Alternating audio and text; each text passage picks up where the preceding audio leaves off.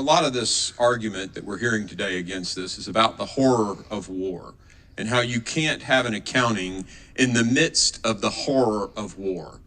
Well, as I think about that, there are only a few people on this committee that actually have seen the horror of war. One of them is two people down from me. I know myself, I've made 3 trips to combat. Every time we had to account for every single piece of ammunition, every single piece of equipment, and if something got lost, people were held accountable. You do that in combat. Trust me, you do.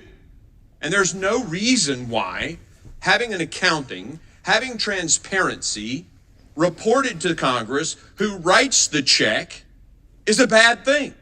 It doesn't slow down one piece of weapon going to Ukraine. And to say that it does is a fallacy. It's deception. It's dishonesty.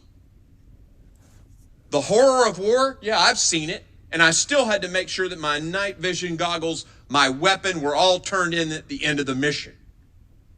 Accountability and actually giving stuff to our friends to fight their war are 2 completely different things.